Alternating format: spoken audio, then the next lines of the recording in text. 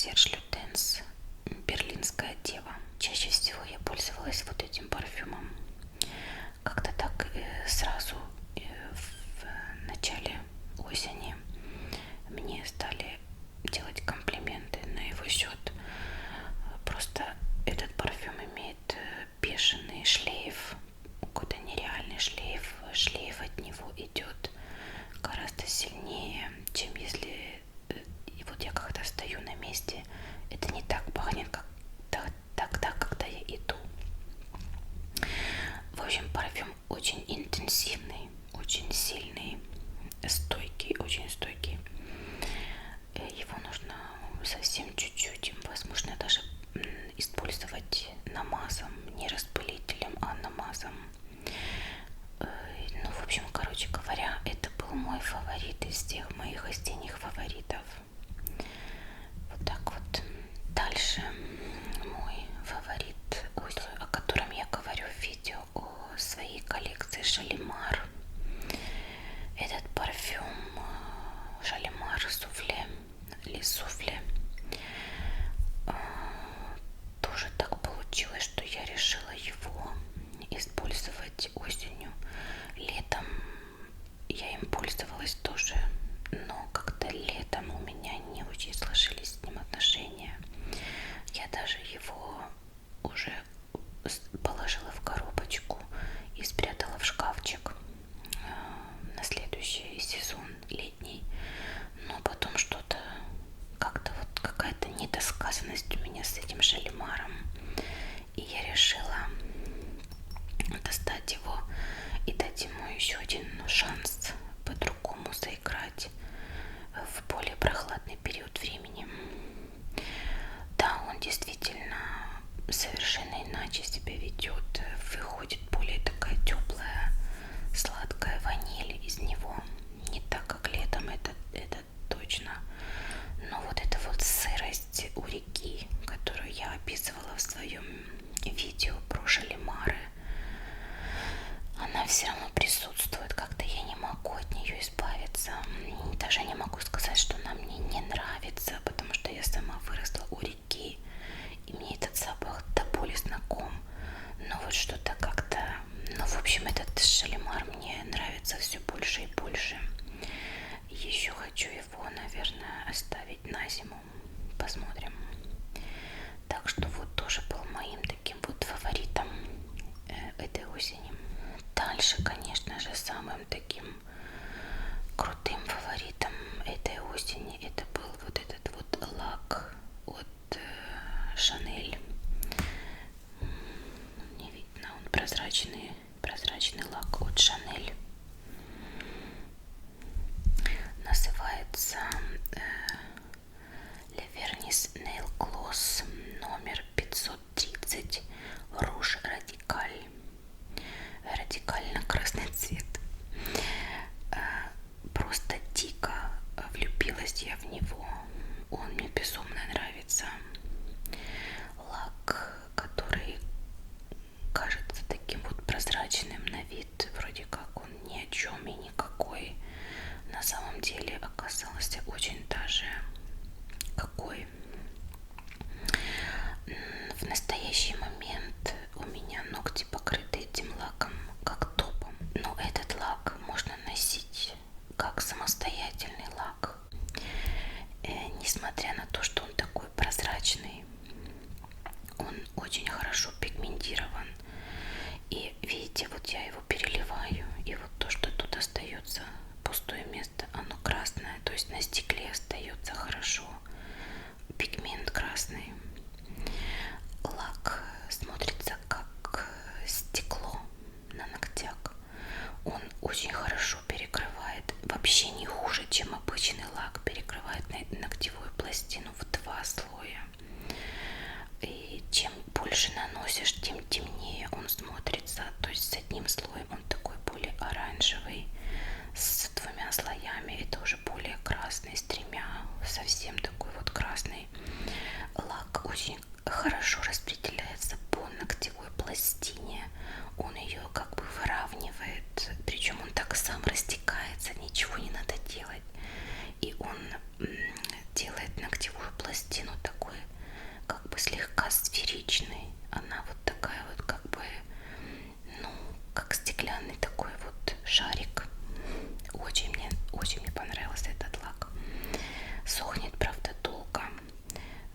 вообще ничего.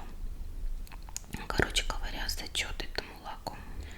Дальше я купила также из коллекции Шанель осенней вот такие вот румяна. Специально сохранила на всякий случай и футляр, коробочку от этих румян.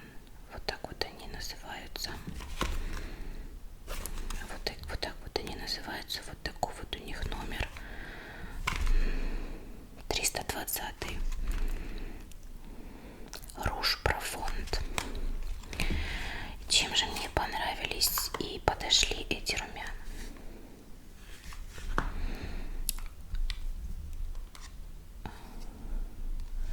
Конечно, камера слегка не передает этот цвет. Ну, ничего не могу поделать. Но вот так вот они имеют такой реально красный цвет. То есть не розовый, не бежевый, не персиковый, не персико-розовый, не фуксиевый, никакой другой. Они реально красного цвета. И чем мне нравится этот красный цвет в моем конкретном случае? Ну вот я его нанесла на палец. И как вы можете видеть, у него такой именно вот красный оттенок.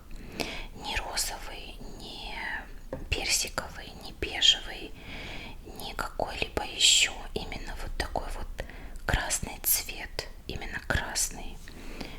Вот для сравнения, вот этот, и кто знает, как выглядят эти красные духи, этот красный парфюм, тот может себе представить, насколько вот этот цвет красный.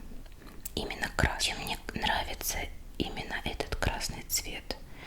Тем, что красные румяна, я считаю, очень хорошо сочетаются со всеми красными помадами. Они с ними удачно очень перекликаются. И на лице нет еще каких-то цветовых акцентов, кроме как красный. Помада выглядит более ярче, более насыщеннее, но при этом на лице не больше косметики, потому что нет вот этой вот разноцветности. И лицо, мне кажется, выглядит немножко белее. Вот на контрасте с этими румянами. Ну, во всяком случае, в моем случае это так. Ну, вот так вот. Поэтому я их затестила в магазине, имея на лице красную помаду, и обнаружила, что мне это сочетание очень нравится, когда на лице и красные румяна, и красная помада. Румяна очень хорошо растушевываются.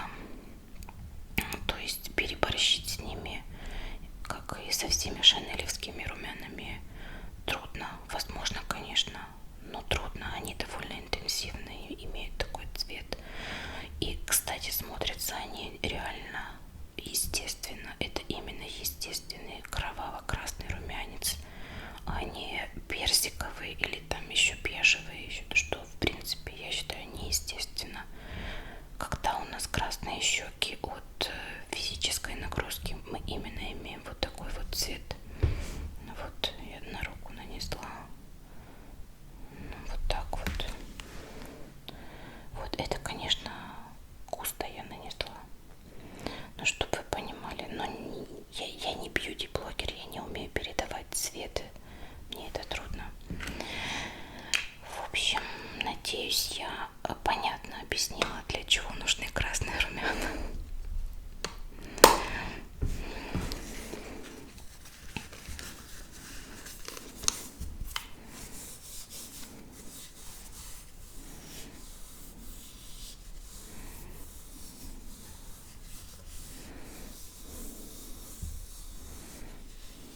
Вот у меня тут целая куча косметики, которую я хочу вам сейчас быстренько показать, потому что я смотрю, ее реально много.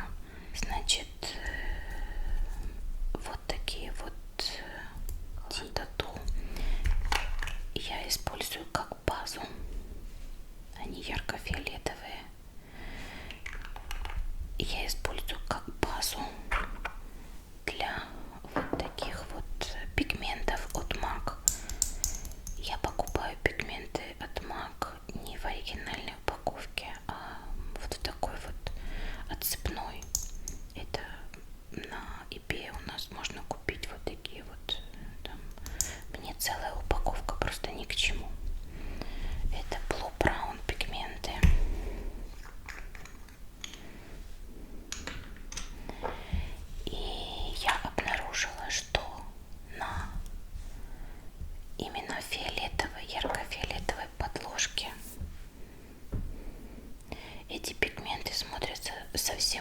иначе, чем на какой-либо другой.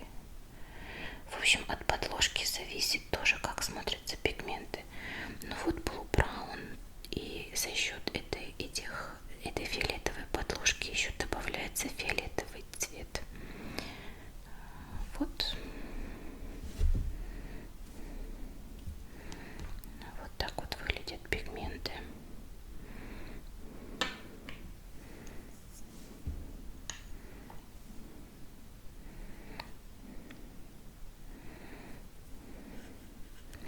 Если наслоить больше пигмента, то, конечно, зелень пигмента выходит на передний план. Но сам факт, что вот какая подложка, такой цвет, вы еще можете добавить в этот и без того дуохромный пигмент. Так. Это очень осенний цвет, на мой взгляд. Также вечерний. И я им пользовалась. Дальше, поскольку у меня фиолетовые цвета превалировали этой осенью, я пользовалась очень активно вот такой вот фиолетовой тушью от Dior. Ой, да, Dior. И это Dior Addict It Lash. Вот так вот называется. Номер 982. Но, по-моему, их уже сняли с производства. Я не уверена, но мне кажется, что их уже не выпускают. Но еще они, наверное, где-то продаются. Если что. Ну, в общем, вот такая вот сливового цвета тушь, которая подходит и сочетается хорошо и с зелеными тенями, и с фиолетовыми, сиреневыми. И вообще такой интересный акцент на глазах делает. Тушь, ну так себе, я не могу сказать, что она сильно удлиняет или она какая-то придающая объем. Я ее использую по большей части как цветовой акцент на глаза. Нормальная тушь, но без особых восторгов. Еще раз покупать я ее не буду. Вот так вот она выглядит. Вот такая вот из этой же серии Dior Addict It Line. Вот такая вот подводка такого же фиолетового цвета.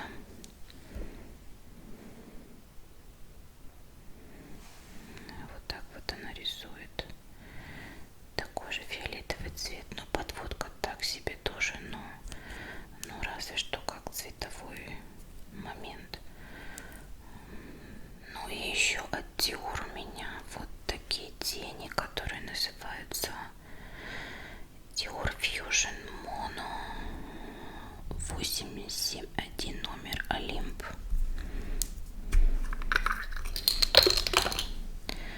Вот такие вот грязно-фиолетово-талповые такие вот тени, жидкие, кремовые, которые переходят в такой грязно-фиолетовый цвет на глазах, которые можно носить точно тоже как самостоятельные или как я носила с такими вот тенями от Dior.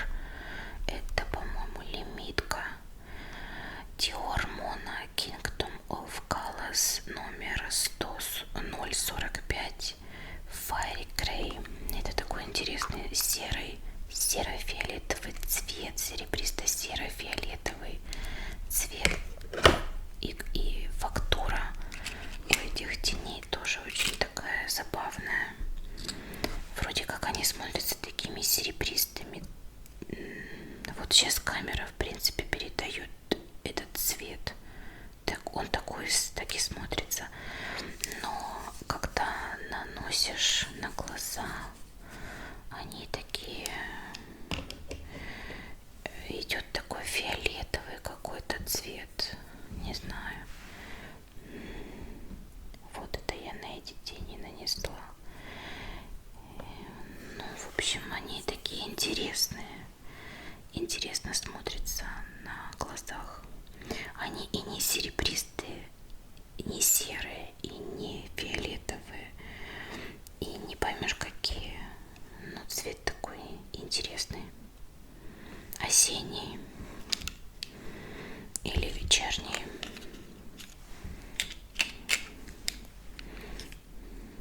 Дальше я пользовалась для губ. Вот такой вот у меня карандаш от Шанель. Древний, очень древний карандаш. Что-то я смотрю, даже сейчас не выдвигается. Он такого ярко-морковного оранжевого цвета. Для чего он мне нужен был? Сейчас я покажу, объясню.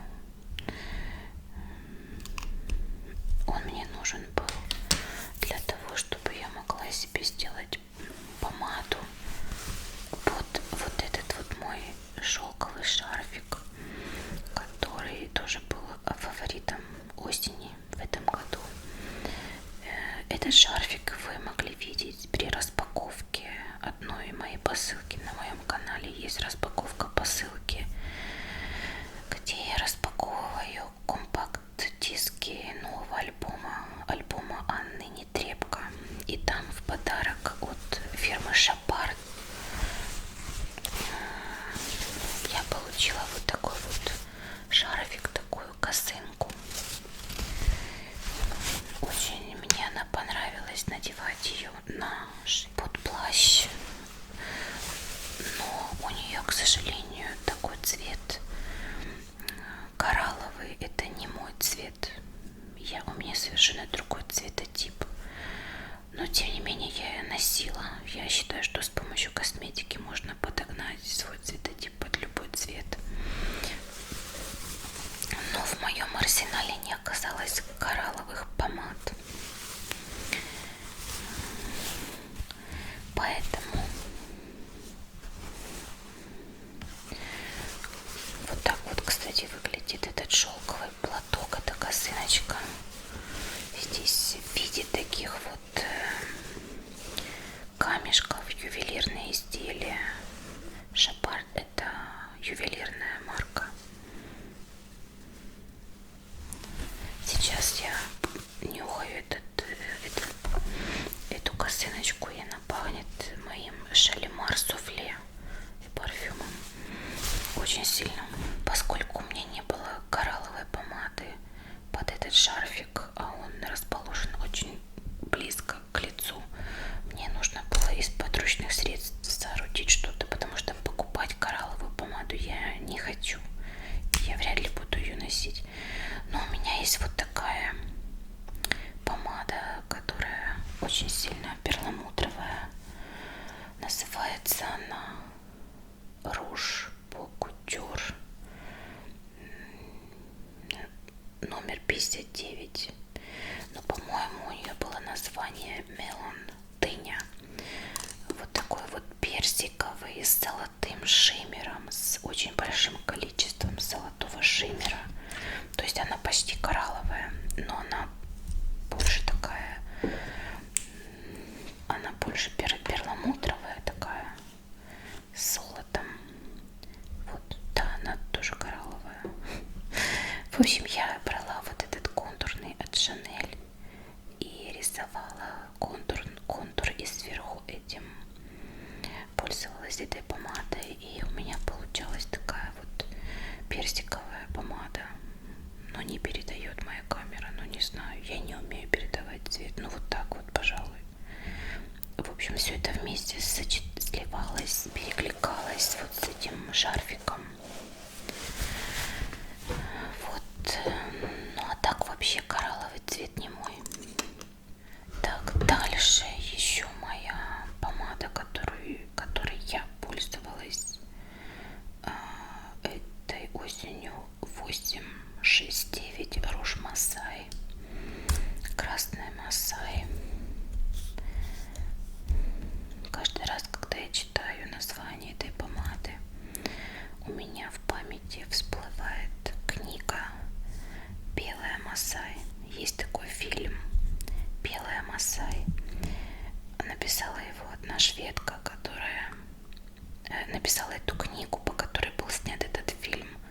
Одна шведка, которая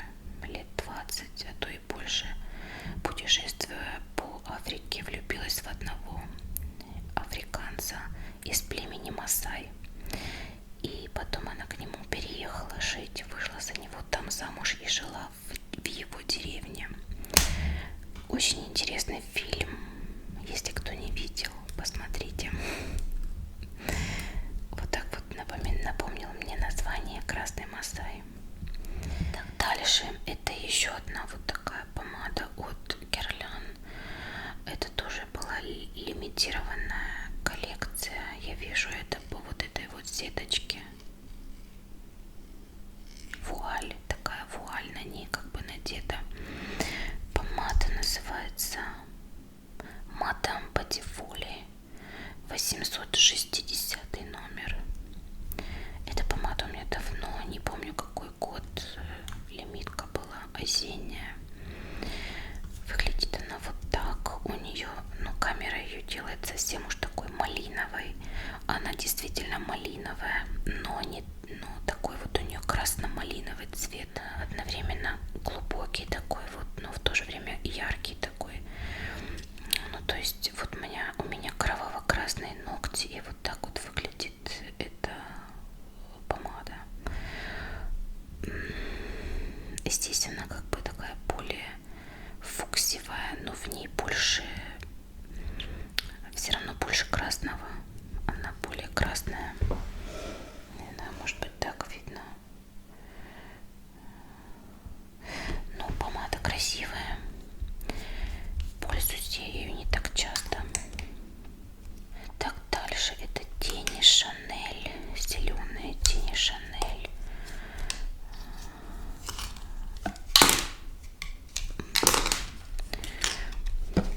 Это зеленые тени Шанель,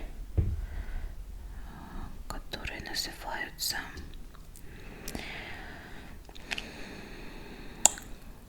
короче говоря, имеют номер 232. Это вот такой вот зеленый бутылочный цвет. Вот такой очень интенсивный, красивый, серебристый цвет. Красивый цвет. Вот этот очень мне нравится. Вот такой вот бежевый, розовый, розовато-перламутровый и довольно темный зеленый.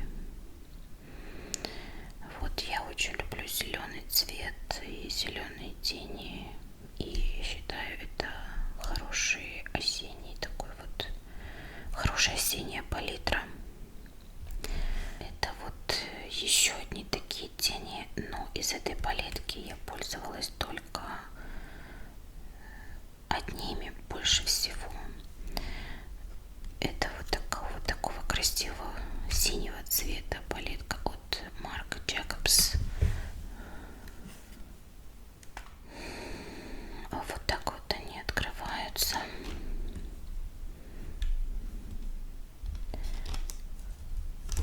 Вот здесь вот такая вот штука, зеркало. И вот так они выглядят. Все тени неплохие, но вот этим я пользовалась больше всего.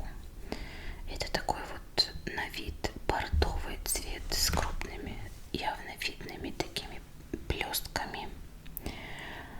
Но этот цвет при растушевке, когда вы его растушевываете, теряет. Это я, конечно, много сейчас набрала на палец. На глазах эти блестки куда-то теряются. И если тоненькой кисточкой нанести, поместить в угол глаза, но не видно, камера не передает, тот цвет, который получается, его вообще невозможно описать, он какой-то неуловимый. Вот смотришь, вроде бы какая-то тень на глазах есть, а что это за тень, непонятно. То ли фиолетовая, то ли бордовая, то ли коричневая, то ли серая. В общем, он каким-то чудесным волшебным образом при растушевке образует такую непонятную вуаль. И глаза, особенно зеленые, делаются еще зеленее и еще более загадочными. Но это, во всяком случае, на моих глазах. Вот это, пожалуй, единственный этот бордовый цвет из всей этой палетки, который я использовала чаще всего. Палетка называется Парижанка номер 218. Но сразу скажу, что я ее покупала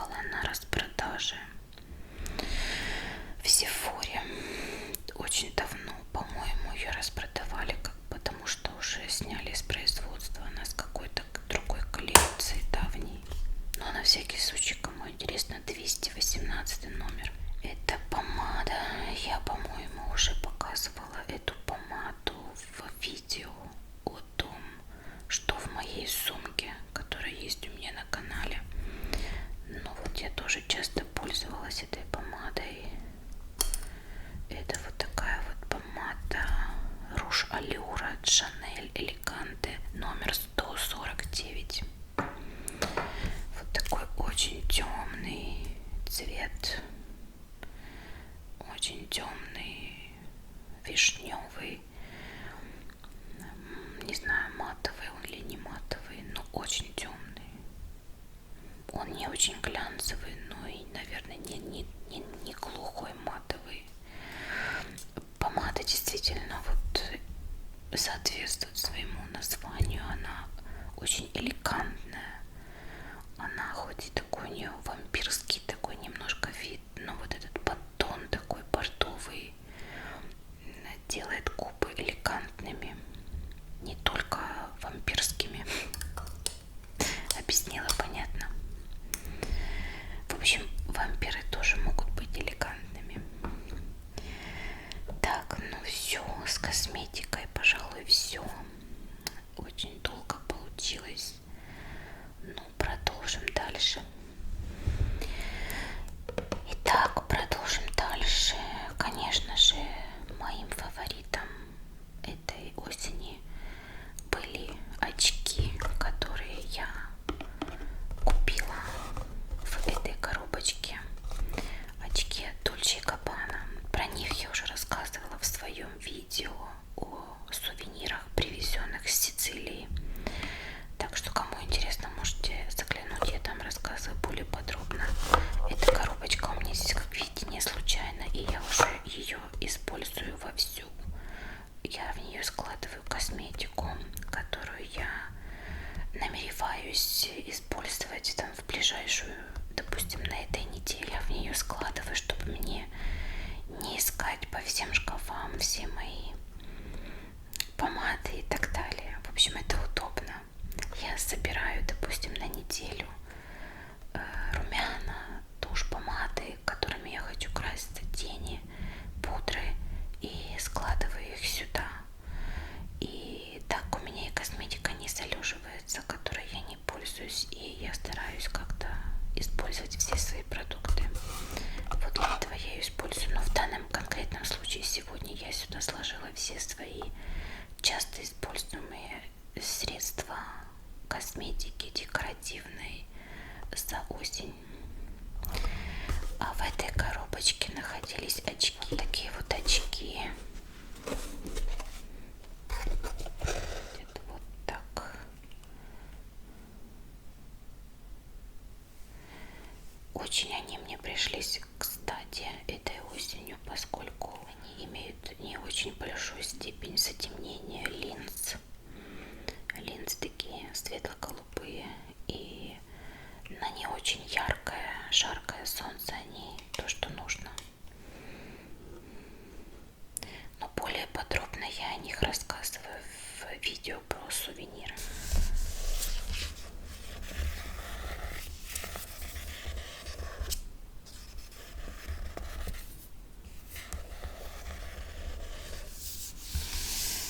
Так, дальше это книги, которые я читала и продолжаю еще до сих пор читать этой осенью, которую я не так давно, эту книгу я не так давно приобрела.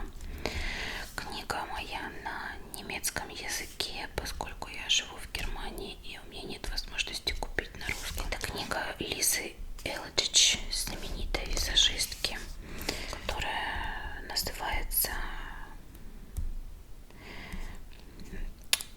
«Макияж сегодня, вчера и завтра».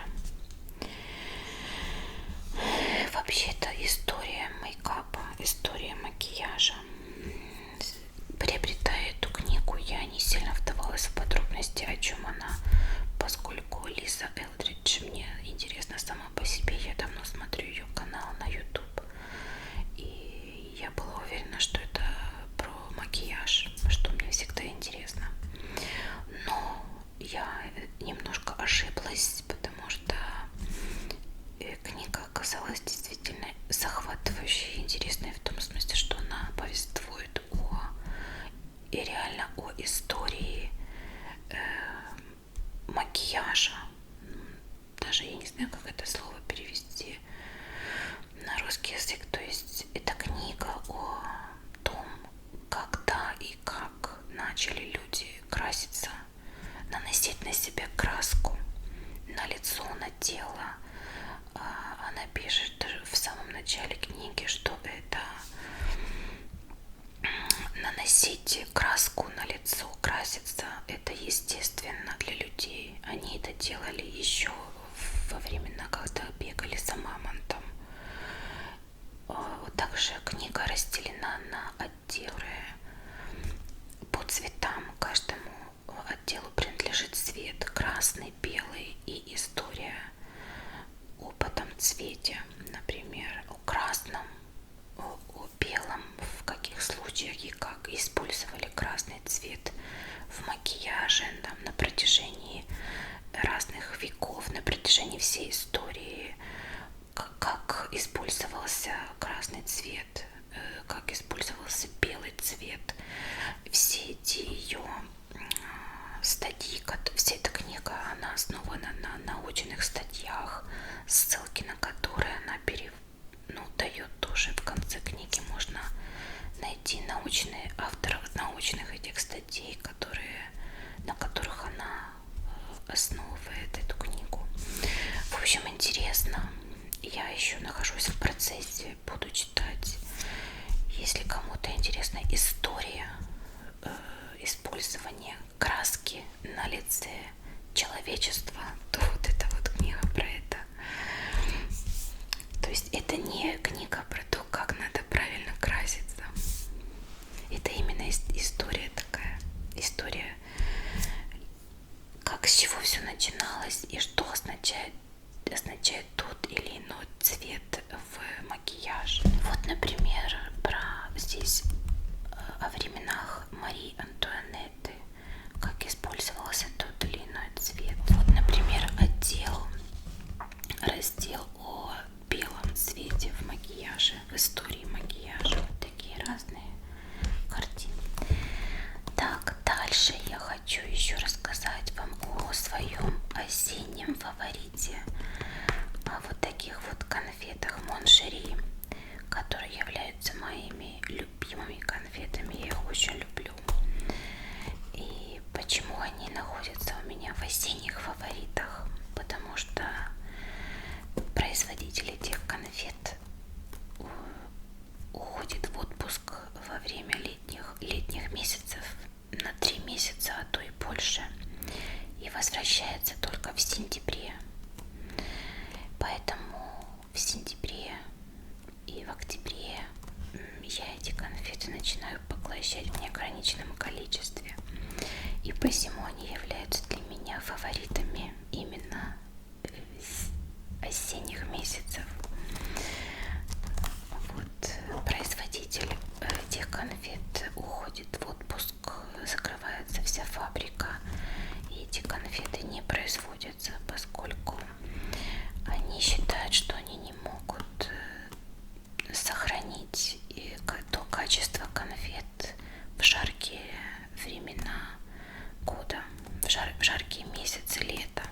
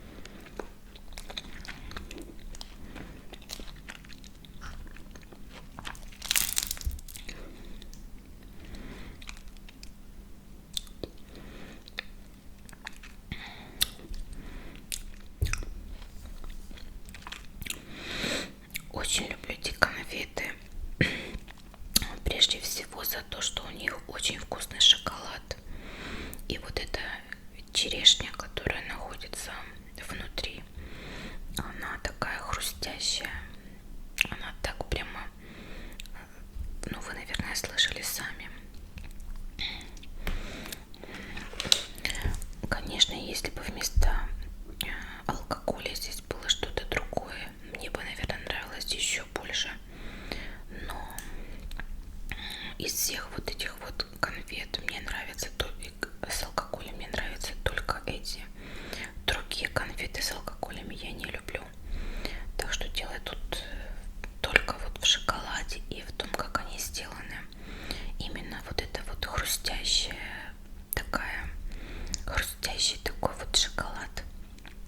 И это вишня, которая прямо такая, она упругая внутри.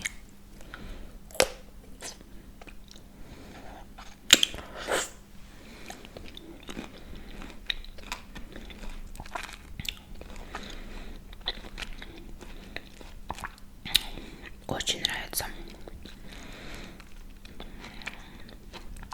А когда эти конфеты очень свежие, они вообще бесподобны.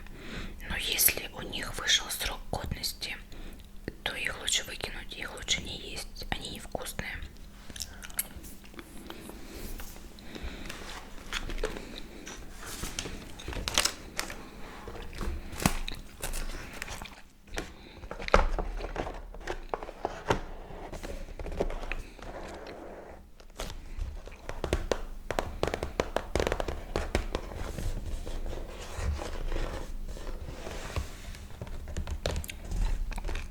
Так, ну все, дорогие мои, я на этом буду заканчивать.